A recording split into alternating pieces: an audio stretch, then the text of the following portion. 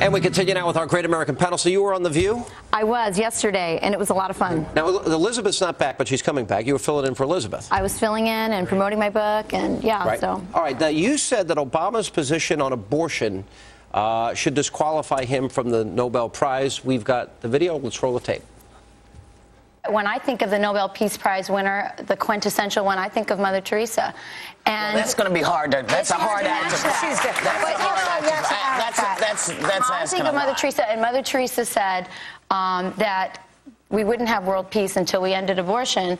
And I think, personally for me, that it's Obama's radical abortion position that makes him the least qualified. Well, that was pretty strong. How did Whoopi and everyone react? Well, that was what was so interesting is, you know, nobody wants to argue with Mother Teresa, so everybody was kind of quiet after that. So it was kind of interesting to see how the reaction to that. All right, now, here you are, you're a liberal. You probably define peace as the absence of conflict. I define peace as the ability to defend yourself and blow your enemies into smithereens. That wasn't Mother Teresa's theory. That's the Hannity definition of peace. No, listen, if there are evil people that want to destroy innocent souls, I want to blow them to smithereens before they hurt innocent people.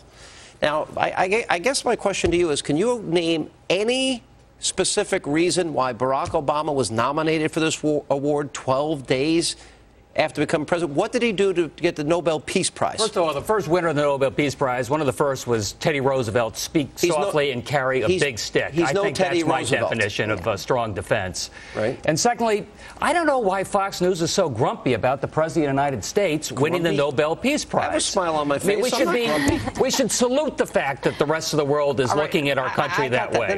Does he have to earn it? Do we want him to go out there as the winner of the Nobel Peace Prize and earn that? I want you to focus. I've asked you 10 questions. You don't answer any.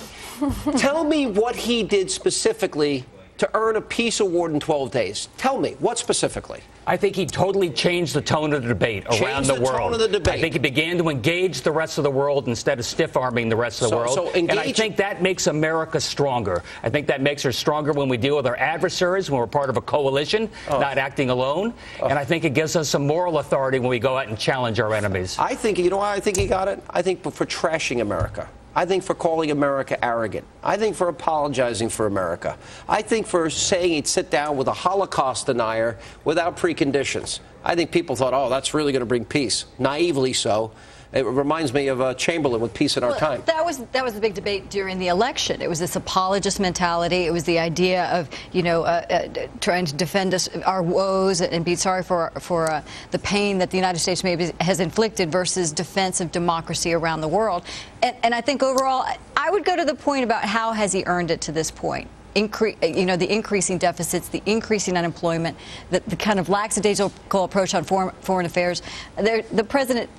There's opportunity here, but he's yet to earn it in my eyes. He got it for not being George Bush. And, you know, that's what I said on The View. And I said, well, and they said, yeah, that's right. And I said, well, great, then I get one, too, because, you know. I'm not George Bush either? Is that right? You're not George Bush. Well, then I guess everybody gets. Look, it's an honor for him, and it's an honor for the United States of America to be so recognized. You know what? They gave it to a terrorist, Yasser Arafat. I don't really see any honor in it. I'm sorry. I don't think it's a big deal.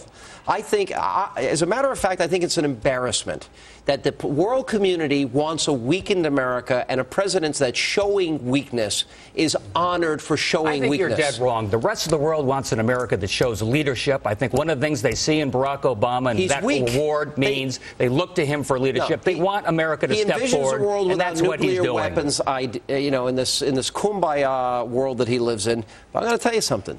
If Al-Qaeda, if he thinks he could negotiate with Iran and North Korea and convince Kim Jong-il and Ahmadinejad that we're going to live without nuclear weapons, he is recklessly, irresponsibly naive. Well, there's numerous cases of that. I mean, let's look at it this way. I don't know if I'd be that extreme. I'd give the president his due. He's earned this honor. Let's give him that. But with respect to how you measure, would you want an award that Yasser Arafat got? I wouldn't. Well, Yasser Arafat was a terrorist. Any disagreement on this panel? No. Well, Yasser Arafat was a terrorist. He was a terrorist. And a terrorist got the Nobel Peace Prize.